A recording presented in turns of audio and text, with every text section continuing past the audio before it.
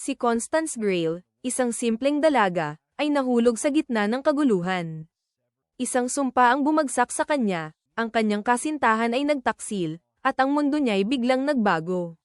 Ngunit sa gitna ng trahedya, isang makapangyarihang lihim mula sa nakaraan ang nagbukas, isang puwersa na magtatakda ng kanyang kapalaran at maghihiganti sa lahat ng nagkamali sa kanya.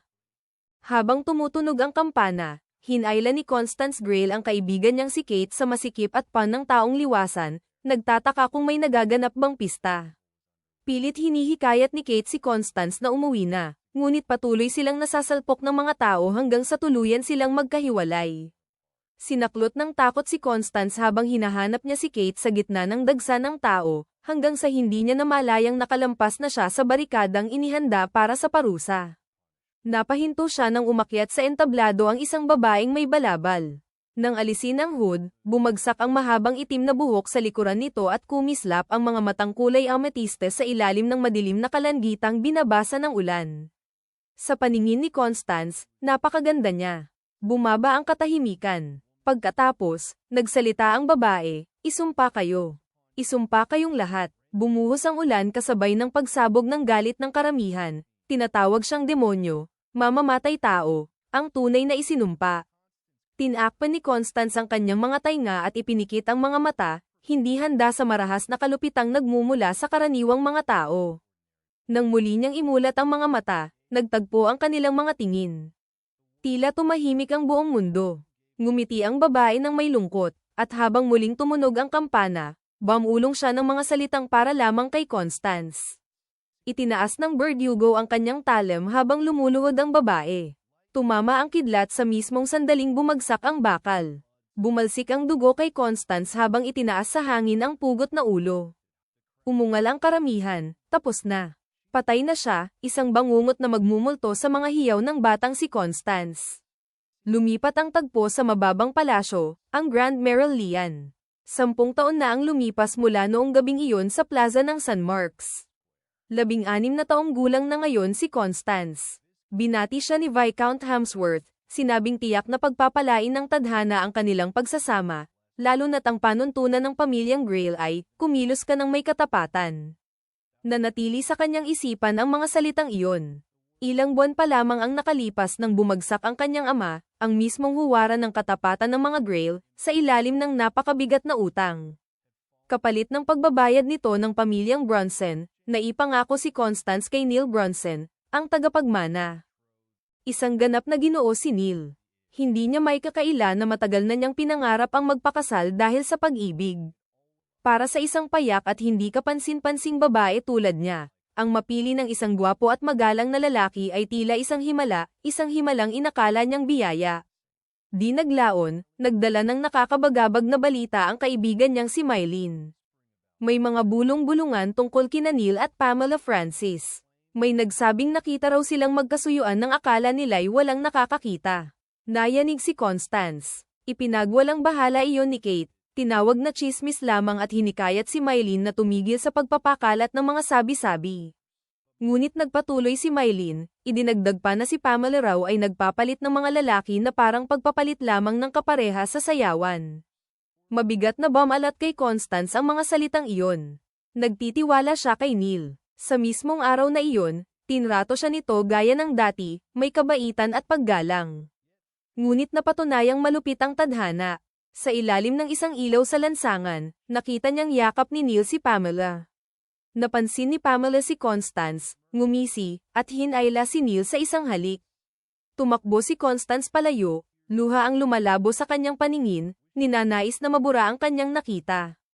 Gayunman, hinihingi ng katapatan na harapin niya si Neil at magsalita ng tuwiran.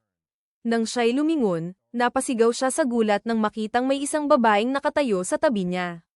Sa unang tingin, inakala ni Constance na napakaganda nito.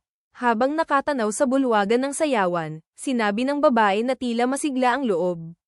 Inanyayahan siya ni Constance na pumasok, at dahil sa kanyang salita, pinayagan ang babae na makapasok. Nagpasalamat ang babae kay Constance sa kanyang tulong. Habang malalim ang iniisip ni Constance kung ano ang gagawin niya tungkol kay Neil, halos hindi niya napansin ang paglapit ni Brenda, na tahimik na nag-alok ng pagbati para sa kanyang pakikipagtipan. Nakatitiyak si Constance na nakita na niya noon si Brenda na kasama si Pamela. Habang naghahanda ng umalis si Brenda, mahinahong binalaan siya ni Constance na dumudulas ang palamuting buhok nito. Nanlaki ang mga mata ni Brenda sa kaba nang mapansing nakatanaw mula sa itaas si Pamela. Nang mag-alok si Constance na ayusin iyon, nagmamadaling sinabi ni Brenda na nakalimutan niya ang kanyang bag sa itaas at nakiusap kay Constance na siya muna ang mag-ingat ng palamuting buhok. Maya-maya, malakas na tinawag ni Pamela ang pangalan ni Constance. Nayanig ang buong silid habang idineklara niyang alam niya ang lahat tungkol sa mga problema ng pamilya ni Constance at inakusahan siyang lamabis na. Ipinahayag ni Pamela na ninakaw ni Constance ang palamuting buhok ni Brenda. Walang awa ang paratang. Sinabi niyang dahil sa labis na pangangailangan sa pera, magagawa raw ni Constance ang magnakaw upang makuha ang ganoong kaalagang alahas. Iginiit ni Neil na hindi niya kayang paniwala ang magnanakaw si Constance, ngunit inagaw ni Pamela ang bag ni Constance.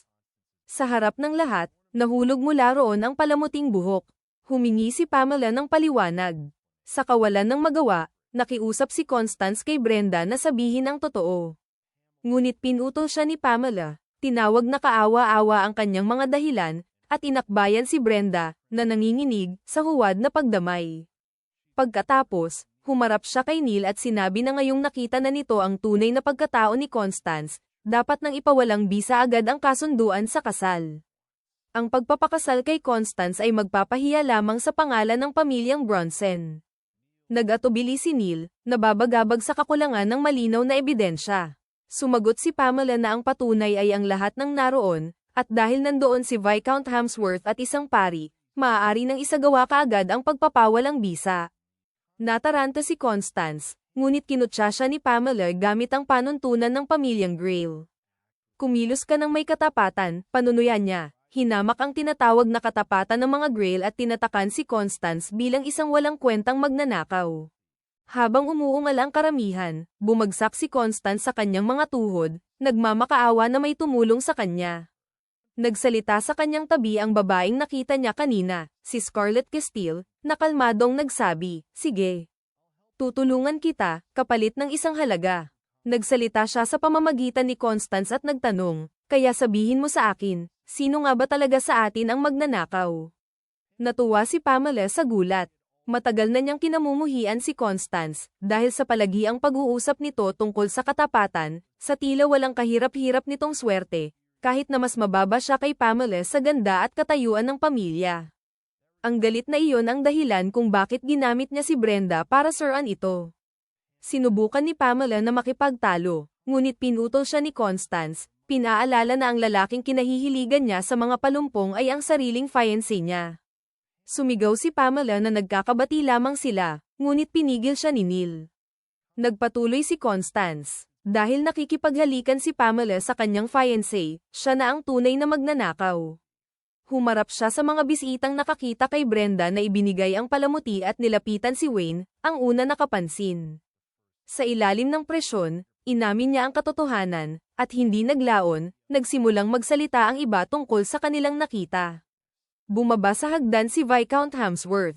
Ipinag-utos ni Constance na ipawalang bisa agad ang kanyang pakikipagtipan. Kung tatanggi siya, binalaan niya na ang balita tungkol sa gabing ito sa Grand Merolean, kung saan nagkaroon ng di makatwirang kilos ang magkasintahan sa sagradong hardin ng hari, ay mararating kay kanyang kamahalan sa anumang paraan. Nakatayo si Pamela na parang na-stun. Hindi ito ang Constance Grail na akala niya ay kilala niya. Umalis si Constance, binigyan ng kanyang basbas ang batang magkasintahan na nawala sa ipinagbabawal na pagnanasa. Habang siya'y papalayo, dali-daling sumunod si Pamela, ngunit nadapa sa paan ng isa pang babae. Pinanood ng babaeng nakasuot ng berde si Constance nang may pag-aproba, natagpuan niyang kasuklam-suklam ang asal ni Pamela. Sa lugar kung saan siya nanggaling, ang mga gumagawa ng pangangalo niya ay sinusunog ng bakal na sapatos at pinipilit sumayaw hanggang sa kunin sila ng kamatayan. Pinilit na sumayaw sina Neil at Pamela. Ang mga paa ni Pamela ay sugatan at dumudugo, at nasiyahan ang marahas na damdamin ng hustisya ng karamihan sa nasabing tanawin. Marami ang tumitig kay Constance nang hindi makapaniwala, tila si Scarlett Castile mismo ang bumangon mula sa kailaliman upang magsalita sa pamamagitan niya. Kinabukasan ng umaga, Nagising si Constance na iniisip na panaginip lamang ang lahat, ngunit nakita niyang nakaupo sa tabi ng kanyang kama si Scarlett. Sumigaw siya. Nang banggitin ni Scarlett ang kanyang pangalan, tumanggi si Constance na paniwalaan ito. Si Scarlett Castile ay naipataw na sa kamatayan 10 taon na ang nakalipas. Ngunit habang lumulutang ang babae sa hangin, malinaw na hindi na siya kabilang sa mga nabubuhay. Si Scarlett ay kilala sa labis na kasamaan. Nagsikap siyang lasunin ang kanyang romantikong karibal, si Cecilia, ang anak na babae ng Viscount, na nagudyok kay Crown Prince Enrique na ibunyag ang kanyang mga krimen sa Grand Merolean. Napawalang bisa ang kanilang pakikipagtipan, at ang walang habas na kalikasan ni Scarlett ay humantong sa kanyang pagbitay 1 dekada na ang nakalipas. Hindi niya naaalala ang kanyang kamatayan, kundi ang kanyang pampublikong kahihiyan sa Grand Merolean, napahiya sa harap ng walang kwentang si Enrique at ng pusong itim na si Cecilia. Pinuno ng galit ang alaala na iyon. Nang muling nagkamalay, natagpuan niyang muli ang kanyang sarili roon, hindi makapasok sa bulwagan. Tiyak niyang si Constance ang nagbigay daan sa kanyang pagdaan.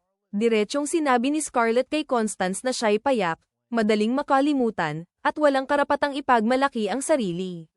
Gayunpaman, ang mapansin siya ni Scarlett ay isang bagay na maipagmamalaki niya. Nanatili si Scarlett upang tiyakin na tutuperin ni Constance ang kanilang kasunduan. Mula noon, ay lalaan ni Constance ang kanyang buhay upang tiyakin ang paghihiganti ni Scarlett at maisakatuparan ito hanggang wakas. Ilang sandali matapos iyon, bumisita siya sa isang ampunan at sinabi sa madre na kinatawan siya ng mga Orlamon, at nagpakilalang Letty. Ipinaliwanag niyang nais ng pamilya na mang-alap ng mga liham mula sa Maurice Home for Orphaned Children bilang paggunita sa araw ng pagkamatay ni Lady Lily. Bahagi ito ng plano upang tanungin ang mga maaaring may alam sa sinapit ni Scarlett. Sa tingin niya, makakatulong si Lily Orlamond. Tutal, magkaibigan sila. Matapos mamatay si Scarlett, inialay ni Lily ang sarili sa mabubuting gawain bilang pagsisisi sa kanyang mga kasalanan. Tinawag siya ng mga tao na White Lily of Charity dahil sa kanyang pagiging patas. Hinangaan siya ni Constance, ngunit 2 taon na ang nakalipas, nilaso ni Lily ang sarili at tinapos ang kanyang buhay sa kapilya ng kanilang pamilya. Hanggang ngayon, hindi pa rin alam ang dahilan. Para kay Scarlett, walang saysay na piliin ni Lily ang sariling wakas, lalo na para sa isang taong ganoon kasama ang ugali. Hindi ba sila magkaibigan? Tila hindi iyon ang tingin ni Scarlett. Mas gugustuhin pa niyang sumayaw ng patiwarik sa gilid ng bangin kaysa samahan ito. Naalala ni Constance ang mga kwento na si Lily lamang ang madalas bumisita kay Scarlett kapag walang iba. Noon pa man, alam ni Lily na hindi kailanman maglalason si Scarlett kay Cecilia. Ibig sabihin, may taong kayang magbintang at magbalat kayo laban sa isang babaeng tulad niya, at wala silang ideya kung sino iyon. Kaya nagpaalam na si Lily, iniisip na lampas na sa kanya ang usaping ito. Nais man niyang tulungan si Scarlett, mas pinili niyang iligtas ang sariling buhay. Matapos makuha ang mga liham mula sa mga bata, pupuntahan ni Constance ang lugar kung saan nagpakamatay si Lily. Para rito, kailangan niyang magbihis bilang madre. Pagdating sa tahanan ng Marquis ng Orlamon, binati niya ang gwardya. Kahit nakakatakot ang titig nito, dinala siya sa kapilya. Pagpasok, sinubukan ni Constance na mag-alay ng dasal para sa yumao, ngunit sinabi ni Scarlett na hindi iyon ikatutuwa ni Lily. Mas mabuting magmadali silang alamin ang katotohanan. Sa pagkakakilala ni Scarlett kay Lily, tiyak na may iniwan itong bakas, malamang ay nakatago sa likod ng isang pintura. Nang iangat ni Constance ang pintura, may napansin siyang bagay na nakakabit sa likod. May marahang yabag papalapit sa pinto, kaya agad niya itong kinuha at itinago. Pagpasok ng lalaki, hindi makapaniwala si Scarlett. Randolph Ulster. Ano ang ginagawa niya rito? Ayon kay Constance, asawa ni Lily Orlamond si Randolph mula sa House of Richelieu. Ngunit para kay Scarlett, isa siyang kaaway. May ilan pang tumatawag sa kanya na Panginoon ng Kamatayan. Tinanong ni Randolph si Constance tungkol kay George, ang munting batang madalas niyang kalaro sa ampunan. Bago pa siya magkamali ng sagot, bumulong si Scarlett na sabihing kulay kastanyes ang buhok ni George, at si Tony ang pulang buhok. Buti na isalba. Matapos ang usapan, nagpaalam siya. Inalok ni Randolph na ihatid siya pabalik sa ampunan. Nagpasalamat siya ngunit tumanggi, sinabing may aasikasuhin pa. Pagkalabas ng kapilya, nakahinga siya ng maluwag. Nakakatakot ang presensya ng lalaki. Naisip ni Constance kung naghihinala ito. Hindi matiyak ni Scarlett, ngunit alam niyang matalas ang pang-amoy nito. Samantala, napansin ni Randolph na nakatagilid ang pintura at may mga pirasong napunit sa sahig. Pagbalik sa ampunan, iniwan ni Constance sa tarangkahan ang hiniram na damit at kaunting pera. Nilapitan siya ng mga bata. Biglang sabi ni Tony, "Kiriki kirikuko." Nalito siya. Paliwanag nito, isa raw iyong orasayon para makilala ang masasamang tao, itinuro ni Lily bago siya mamatay. Kapag may kakaibang reaksyon ang tinanong, ibig sabihin masama iyon, at dapat silang magsitakas. Ibig bang sabihin, pinatay si Lily? Pag-uwi, bagsak sa pagod si Constance. Binuksan niya ang paketeng nakuha niya. May susi at isang papel na may utos. Sirain ang banal na kopeta ni Ares. Wala silang ideya sa kahulugan nito. Si Ares ay diyosa ng alitan at kaguluhan sa alamat ng Ferris, isang masamang diyos ang sinasabing nagpabagsak ng isang bansa, ayon sa kwento ng karatig lupain ng Adelbide. Ares din ang alias na ginagamit ni Scarlett tuwing nais niyang magsaya sa gabi. Tungkol sa susi, may numerong nakaukit dito, ngunit walang palatandaan kung saang pagawaan ito ginawa. Kulang ang bakas para malaman kung para saan iyon. Kalaunan, nakipagkita si Constance kay Kate. Nag-aalala ang mga kaibigan niya, lalo na't kakakansela lang ng kanyang kasunduan sa kasal. Umabot pa sa pahayagan ang insidente, may pamagat. Kaawa-awang si Constance Grayle, kahit maamong tupay mananagasa kapag ginipit. Opinyon iyon ng Mayflower. Kinabukasan, umuwi si Pamela sa kanilang lupain. Sabi dahil sa kalusugan, pero alam ng lahat na tumakas lang siya. Samantala, binoykot ng mga aristocrat ang kliyente ang Bronson Company dahil kay Neil. Kaninang umaga, humingi siya ng tawad kay Constance. Sinabi rin niya kung paano mapapatigil ang mga umaatake sa kanila. Hindi sinisi ni Constance ang ibang empleyado ng Bronson Company. Sobra siyang tapat para sa sarili niyang kapahamakan. Binalaan siya ni Kate na mag-ingat, dahil bigla siyang sumikat. Kahit ayaw ni Constance ikwento kung saan siya nagpunta kagabi, hindi na nang ulit si Kate. Handa siyang tumulong anumang oras. Sa nangyari, inisip ni Kate na iiwas na si Constance sa mga lalaki. Ngunit nagbago iyon nang makita niya ang liham ng imbitasyon sa sayawan ni Emilia Godwin. Kaya binati niya si Constance at hiniling na makahanap ito ng bagong manliligaw. Pagkaalis niya, nagpa siya si Scarlett na dadalo sila sa sayawan. Alam niyang si Baroness Godwin ay mahilig magkalat ng chismis tungkol sa kamalasan ng iba. Kapag tama ang galaw nila, kakanta ito na parang ibon sa panahon ng ligawan. Pagdating sa sayawan, nilapitan ni Constance si Emilia Godwin. Sa isang tingin, napansin ni Emilia na mas pino na ito kaysa dati, ngunit malayong-malayo pa rin kay Scarlett. Pagbati niya, ginaya ni Constance ang kilos at tindig ni Scarlett ng perpekto, hanggang sa kinilabutan si Emilia. Pagkaalis ni Emilia, napansin ni Scarlett si Aisha Huxley at pinapanta niya si Constance upang alamin ang sasabihin nito. Ngunit nang makita niya si Randolph, nataranta siya. Nakiusap siyang si Scarlett na ang humalili, ngunit hindi matiis ng multo ang lalaki, kaya iniwan niya si Constance nang walang pag-aatubili. Lumapit si Randolph at tinawag siyang kapatid na nakita niya noong isang araw. Habang nagpapanggap siyang walang alam, dumiretso ito sa paksa. Ano ang pakay niya? Ang testamento ba ng yumaong asawa, o may iba pa siyang habol? Sa takot, halos maiyak siya at nagdasal na may sumagip. Napilitan tuloy si Scarlett na bumalik at harapin ang problemang iniiwasan niya. Nang sakupin niya ang katawan ni Constance, tinanong niya si Randolph kung may patunay ito sa mga paratang. Iminungkahi ng lalaki na bumalik sila sa ampunan upang kumpirmahin kung siya nga ang Letty na bumisita para sa mga Orlamond. Tumanggi siya. Masyadong mataas ang tingin sa sarili para makipagkita sa isang ginoong kakakilala pa lang. Bigla silang nag-ambala ng tunog ng nabasag na salamin at sigawan ng mga tao. Inatake ni Margot Tudor si Teresa Jennings, binasag ang baso sa kanya, at inakusahan itong may relasyon sa kanyang asawa. Matapos ayusin ang gulo, pinayagan muna ni Randolph na umalis si Constance. Ngunit nagduda pa rin siya kung talagang wala itong kinalaman. Pagkatapos ng salo-salo, nadatnan ni Constance si Emilia sa labas. Tinanong niya kung ano ba talaga ang nangyari kay Scarlett 10 taon na ang nakalipas. Pareho pa rin ang kwento, pinatay siya dahil sinubukan niyang lasunin si Cecilia. Ngunit ramdam ni Constance na may mas malalim pang lihim. Sinabi ni Emilia na sa ikapitong dibisyon ng Inmest Mars, sa lumang tirahan ng Montrose, matatagpuan ang imbitasyon sa loob ng sombrero ni Earl John Doe. Bago umalis, idinagdag niyang ang nagtatagumpay sa buhay ay ang mga nabubuhay. Kaya sana'y hindi mapilitang maagang magpaalam si Constance. Pinaghinalaan ni Scarlett na ang tinutukoy ni Emilia ay ang Earl John Doe Ball, isang lihim na sayawan kung saan nagtatago ang mga maharlika sa likod ng maskara. Pinakamainam itong lugar upang mangalap ng lihim na impormasyon. Aniya, ang mga hamak na dumadalo roon ay walang kinatatakutan, kahit mga Diyos. Upang makakuha ng maskara para kay Constance, kailangan nilang palihim na pumasok sa dating tahanan ni Scarlett. Dahil suki siya sa mga siyawang iyon, maaaring may lumapit kay Constance kung suot niya ang lumang maskara nito. Magiging pagkakataon din iyon upang matuklasan niya ang malalaswang lihim ng mga panauhin. Noon, naniniwala si Constance na ito ang tamang panuntunan.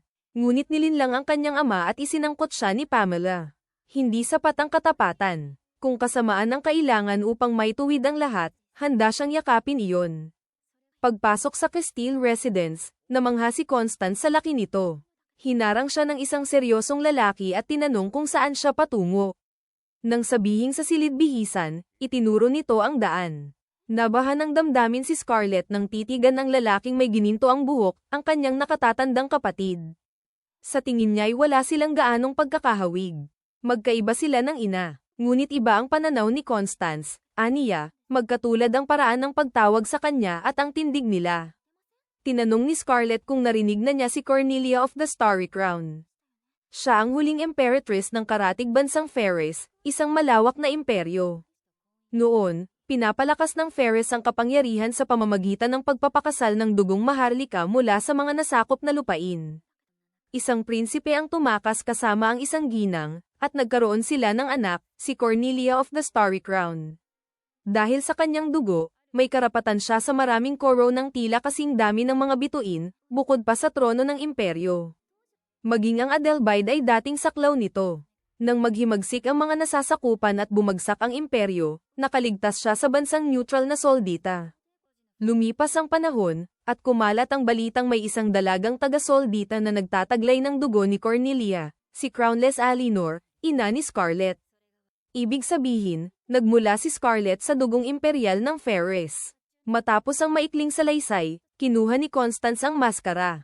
Pagdating sa lumang Montrose residence, pinapasok si Constance matapos banggitin ang lihim na katagang, "It's in Earl John Doe's hat." Sa bulwagan, makapal ang usok habang palihim na nag-uusap ang mga maharlika. Agad siyang dinala ni Scarlett sa punong abala, si Deborah Darkien. Nagpakilala si Constance bilang heiress, kaya napalingon ng marami. May bisitang kapangalan noon 10 taon na ang nakalipas. Ngunit ayon kay Deborah, isa siyang padalos-dalos na dalagang naputulan ng ulo. Naway manatiling nakakabit ang ulo ni Constance. Habang kumukuha ng pagkain, naamoy ni Constance ang matamis na halimuyak mula sa isang babaeng kilala ni Scarlett bilang Jane. Bago pa niya masuri ito, nilapitan siya ni Viscount Hamsworth. Hindi maitago ng kasuutan at maskara ang kanyang anyo. Dito, nais niyang tawaging Moon Dappled-Ham. Tila hindi man lang siya nagsisikap magkubli. Sa pagbigkas ng "Hide a tree in the forest", sinabi niyang may bulok na kahoy ngayong gabi. Biglang may sumugod at nagbalitang natunugan na sila ng seguridad. Nagkawatak-watak ang lahat upang makaligtas. Gaya ng hinala ni Scarlett, may mali sa 3 mananayaw. Ginagamit ang sayawan bilang tabing sa bentahan ng tao. Sa gitna ng kaguluhan, nabangga ni Jane si Constance at bumagsak. Nabali ang kanyang pulso at dahan-daang umagos ang dugo. Pinatakbo siya ni Scarlett, ngunit hindi niya maiwan ang babae. Pinunit niya ang damit at itinali ang sugat. Binalaan siya ni Scarlett na mapapahamak siya kapag nahuli, kahit wala siyang sala, papatayin siya agad. Ang kanyang kabutihan ang magpapahamak sa kanya. Nang ablutin siya ng opisyal, nagngit-ngit si Scarlett. Kumidlat, napabitaw ang lalaki. Isang marahas na hangin ang pumatay sa mga ilaw na tila masamang hudyat. Itinutok ng opisyal ang espada kay Constance at tinanong kung sino siya. Dumating si Randolph at pinigil ang kasamahang si Jorg Dana. Giit ni Jorg, gumagamit siya ng salamangka. Ngunit sinabi ni Randolph na mas mahalaga ang pagsagip sa sugatan. Malinaw na walang kinalaman si Constance sa bentahan ng tao, kaya walang dahilan upang arestuhin siya. 3 beses na silang nagkita, tila kapalaran na ito. Hiniling niyang magsabi siya ng totoo. Tumingin si Constance kay Scarlett, ngunit wala itong pakialam. Si Randolph ay isinilang sa House of Richelieu. Sila'y dakilang maharlika na kapantay ng mga Castile. Walang ibang mapili, tinanong ni Constance kung maaari silang magkasundo. Nabasa agad siya ni Randolph ngunit hindi ito nag-alinlangan. Tinanong niya kung handa siyang humarap sa iskandalo. Tinalikuran niya ang dating katapatan at tinanggap ang anumang kapalaran. Ayon kay Randolph, ang pinakamadaling paraan ay ang pagpapakasal, sa pamamagitan ng pakikipagkasundo. Bago pa maunawaan ang sinabi niya, nasambit ni Constance, wala na akong hihilingin pa. Saka lamang niya naintindihan ang ibig sabihin, ngunit huli na ang lahat. Kinabukasan, nagpunta sila sa pari upang basbasan ang kanilang kasunduan. Doon naunawaan ni Constance kung bakit umiiwas si Scarlett kay Randolph. Sa ugnayang ito, mababayaran ang utang ng pamilyang Grail, at may dahilan si Randolph na bantayan siya. Maaari naman nilang paalang bisa ang kasunduan kalaunan. Hindi moari ni Constance ang pakinabang nito para kay Randolph. Magugulat siya nang malamang wala itong balak magpakasal. Ang pagkakaroon ng kasintahan ay magsisilbing panangga laban sa mga babaeng lalapit sa kanya. Sa huli, kapaki-pakinabang ito sa kanila. Sa seryosong usapan, ipinaliwanag ni Constance ang hangarin niyang linisin ang pangalan ni Scarlett mula sa maling paratang. Inakalang kathang-isip iyon ni Randolph, ngunit kapansin-pansing magkakaugnay ang detalye. May mga sandaling mistula siyang si Scarlett mismo. Wala siyang tutol sa hangarin nitong ipagtanggol si Scarlett, kapuri-puri ang kanyang malasakit. Tinanong niya kung may iba pa itong itinatago. Ayon sa bilin ni Scarlett, sinabi niyang wala. Ngunit halatang mahina siyang magsinungaling, nakikita iyon ni Randolph. Natuldukan na ang suliranin ni Constance sa utang, kaya inakala ni Scarlett na tapos na ang kanyang tungkulin. Ngunit sinabi ni Constance na tuwing nahaharap siya sa suliraning di niya kayang lutesin, tahimik siyang humihingi ng saklolo, at si Scarlett ang sumasagip sa kanya. Ngayon, siya naman ang magbabayad ng utang na loob kay Scarlett. Sa Royal Security Office, biglang pumasok si Kyle, nagrereklamo na ang mga bihag ay naglason at namatay sa kulungan. Ngunit tiniyak niyang walang tato ng araw ang pinuno nila, kaya walang ugnayan sa Dague Gales Organization. Iminungkahi ni Kyle na ipatawag si Constance para sa interogasyon. Ikinagulat niya nang ibunyag ni Randolph ang kanilang kasunduan. Balak din niyang dalhin siya kinabukasan sa Elbite Villa.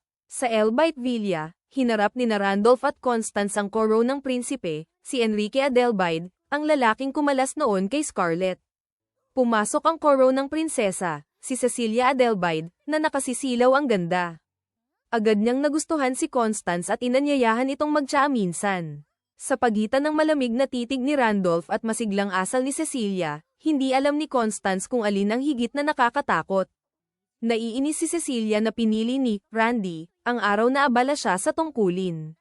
Bigla siyang naging mapang mataas, ngunit natuwa ring makita itong naiilang, kaya pinatawad niya. May sasalubungin pa siyang marangal na panauhin mula sa timog. Nang hawakan niya ang kamay ni Constance, napakalamig nito, tila hindi totoo ang kanyang maliwanag na anyo. Ibinahin ang usapan, tinanong ni Randolph si Enrique kung may balita sa sugo ng Ferris.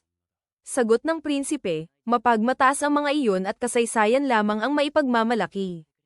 Hindi na siya magugulat kung totoo ang balitang lugmok ang kanilang ekonomiya. Sa paglabas, tinanong ni Constance si Scarlett kung bakit ayaw nito kay Cecilia. Ngunit si Cecilia ang unang nagpakita ng pag-ayaw kay Scarlett. Para bang tinitingnan niya ang lahat ng may galit. Isang salita ang babagay dito, puot. Lumapit si Haring Ernst Adelbide kay Constance. Narinig niyang siya raw ang ikalawang anyo ni Scarlett, ngunit tila kaaya-ayang dalaga naman siya. Habang naglalakad sa hardin, sinabi ng hari na ang mga biyoleta sa kanilang kaharian ay may mapulang himig. May alamat tungkol sa engkantong naninirahan sa mga biyoleta ng Adelbide. Dahil sa kapabayaan, napalapit ito sa mga patay na sinusunog sa impyerno at nagdusa ng matinding paso. Nang tanungin kung ano ang palagay niya, nagsalita si Scarlett sa pamamagitan niya. Marahil nais iligtas ng engkanto ang mga patay. Hindi ito magpapatuloy mamukadkad ng buong tapang kung may ikahihiya. Sa sagot na iyon, naalala ni Ernst si Scarlett. Kung siya mismo ang tatanungin, malamang sasabihin niya, ang mga usapin ng ligaw na bulaklak ay hindi ko alintana. Sa sandaling iyon, tila nasal-ayan ng hari si Scarlett sa kanyang harapan. Ipinaalam ni Constance kay Randolph na ipinatawag siya ng isang komiteng imbestigatibo. Si Deborah Darkian ang nagutos na humarap siya sa Starlight Room ng Grand Merolean. Wala itong legal na bisa, kaya walang dahilan si Randolph na sumunod siya. Gayunman, determinado si Constance na dumalo. Tiyak siyang may higit pa siyang dapat malaman. Ayon kay Scarlett, bantog ang mga pulong ng komite ni Deborah, ngunit walang nakaalam ng nagaganap doon. Walang umiimik, kaya tinawag itong Silent Ladies Tea Party. Sa madilim na silid na kandila lang ang ilaw, sinalubong siya ni Deborah. Sa tatak dugo, nanumpa si Constance na walang ilalabas na anuman. Ibinunyag ni Deborah na nakatanggap siya ng liham mula kay Pamela, wala raw nilabag na batas si Constance. Kaya sila na ang hahatol upang hindi siya matulad kay Scarlett. Inuyam niya ang huling anyo ni Scarlett, gumugulong sa putik na parang laruan. Hindi raw niya matitiis ang gayong kahihiyan. Nagninggas ang galit sa mga mata ni Scarlett, ngunit sa paghawak ni Constance, kumalma siya. Ngayon, magkasama silang lalaban. Nang mangibabaw si Scarlett, sila na ang hahatol. Akala niya'y dagok kay Deborah ang Earl John Doe. Ngunit iginiit ni Deborah na siya ang nagsumbong sa mga batang mananayaw sa seguridad, at sarkastikong binanggit ang mga human trafficker sa kanilang hanay. Ngunit bakit may ugnayan ang lahat sa mga Darkian? Tulad ng Marquis ng McLean na tila kakutsaba ng mga alipinero, ang asawa ni Esther. Malamang hindi ito makaiiwas sa bilangguan, bagaman maaaring gaman ang sentensya kung ilalaglag ang pinuno.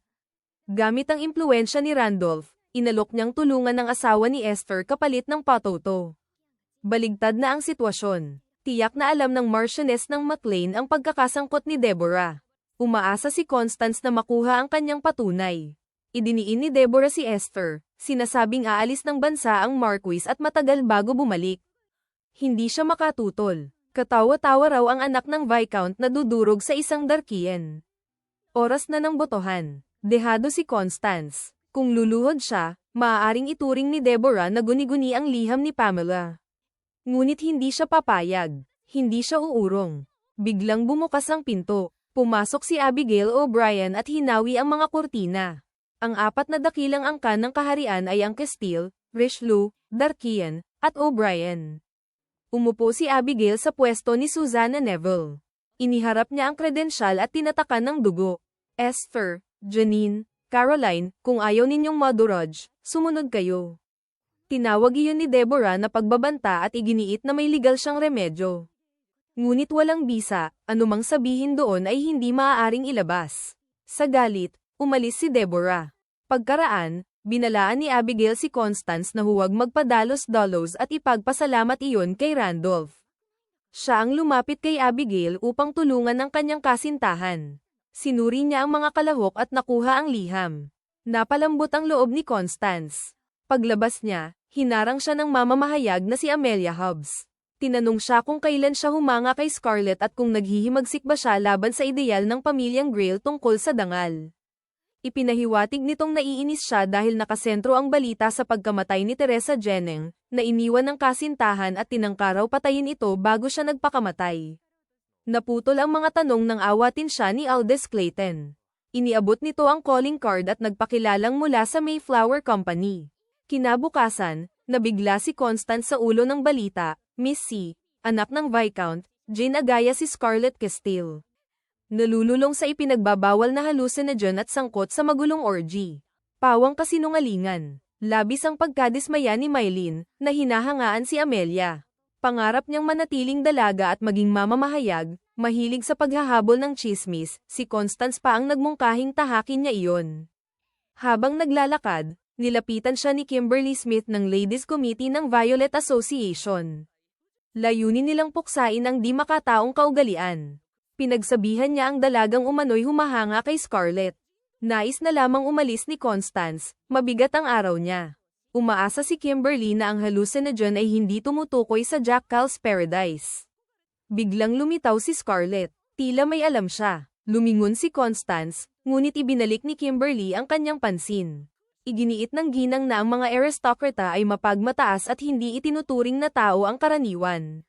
Dumating si Kate at tinanong kung bigat agad ang isang pamilya dahil sa dugong maharlika. Habang nagbubulungan ang mga tao, nagpaalam si Kimberly. Nilapitan ni Kate si Constance at tinanong kung totoo ang pakikipagkasundo niya sa Earl ng Ulster. Nasaktan siyang itinago ito. Kinain ng konsensya si Constance, ngunit si Kate ang huling nais niyang madamay. Kinabukasan, nagpasalamat siya kay Randolph sa tulong nito sa komite. Habang naglalakad sila sa hardin, may lalaking nagmamadaling dumaan. Siya si Kendall Levine, mataas na diplomata at espesyal na sugo ng Ferris. Sa taranta niya at ng mga tauhan, naghinala si Scarlett na may nawawala sa delegasyon, isang Ulysses na hindi nakita mula kahapon. Ipinagpalagay ni Randolph na ito si Ulysses Ferris, 9 na taong gulang na ikapitong prinsipe. Kapansin-pansing tahimik ang mga Ferris iyan, kaya kailangan niyang bumalik agad sa security force. Tungkol sa pakikipagkita ni Constance kay Cecilia, nangako siyang mag-iingat. Hindi siya ipapahamak ng Crown Princess kung maiiwasan. Kung kailangan, gagamitin niya ang pangalan ni Randolph. Umalis si Scarlett upang maghanap ng bakas kung sino ang dumukot sa prinsipe sa kabila ng mahigpit na seguridad. Sa pakikipagkita kay Cecilia, nadismaya ang Crown Princess sa pag-alis ni Randolph, ngunit ikinatuwa niyang may panauhin. Iniulat ni Scarlett ang natuklasan, may kainahinalang mga ngalakal na si Vado mula sa Republika ng Soldita na dumalaw kay Cecilia. Ipinagmalaki ng prinsesa ang koleksyon niyang anti-gong mula sa iba't ibang panig ng kontinente. Si Vado ang karaniwang naghahanap ng mga iyon at kahapon ay naghatid pa ng mamahaling alpombra. Habang nagbubuhos ng tsaa si Cecilia, naamoy ni Constance ang kakaiba. Dati sakitin ng prinsesa, kaya dinalhan siya ni Vado ng espesyal na tsaang halamang gamot. Dahil minsan ng muntik malason, inakala ni Constance na laging maingat ito, kaya iba ang tsaa niya. Isinalaysay ng Crown Princess ang nangyari. Noong araw na iyon, umatras si Enrique sa pakikipagkita kay Scarlett upang dalawin si Cecilia na nagpapagaling. Nagngalit si Scarlett. Kinagabihan, natuklasang may lason ng isang tapayan ng tubig. Katabi nito ang hakaw ni Scarlett. May nakita ring kalahating bote ng lason sa kanyang tahanan. Pagkaraan, hinatulan siya at ipinatupad ang parusa. Inamin ni Cecilia na nagmahal siya kay Enrique kahit alam niyang may kasintahan ito. Siya rin daw ang dahilan kung bakit wala itong tagapagmana. Inakala niyang ipapasa nito ang trono kay Johan, nakababatang kapatid na may isang anak na lalaki at babae. Mahusay umarte si Cecilia upang makuha ang simpatiya, ngunit hindi nalinlang si Scarlett. Alam niyang ang tsaang iyon ay pampalaglag. Sisirain nito ang loob ng katawan, marahil ay nagyayelo na sa lamig ang kay Cecilia. Nang makitang iniinom iyon, napasigaw si Constance. Binalaan siya ni Scarlett na magiging target na sila. Ngunit hindi kayang pabayaan ni Constance ang inosente. Nagkunwaring nagsisinungaling si Scarlett, ngunit batid ni Constance kapag totoo ito. Maaaring magkasya ang isang bata sa hamper ni Vado, kaya nagpa siya silang magsiyasat pa. Sa ilang kumpanya, nalaman nilang hawak ng Ferris ang monopolyo sa naturang gamot. Walang nakakakilala kay Vado, mahalagang pahiwatig, ayon kay Scarlett. Biglang huminto ang karwahe, may sira raw ang gulong. Pagbalik ng kutsero, napansin ni Scarlett na iba ang tinig. Pagbukas ng bintana, nagulat si Constance sa lalaking nakatitig sa kanya. Upang masuri ito, binigkas niya ang itinuro ng mga bata, Kiriki Kirikuko. Agad sinubukan ng lalaki na buksan ang pinto, ngunit itinulak siya ni Scarlett gamit ang kapangyarihan nito. Sa desperasyon, bumunot ito ng baril at nagpaputok.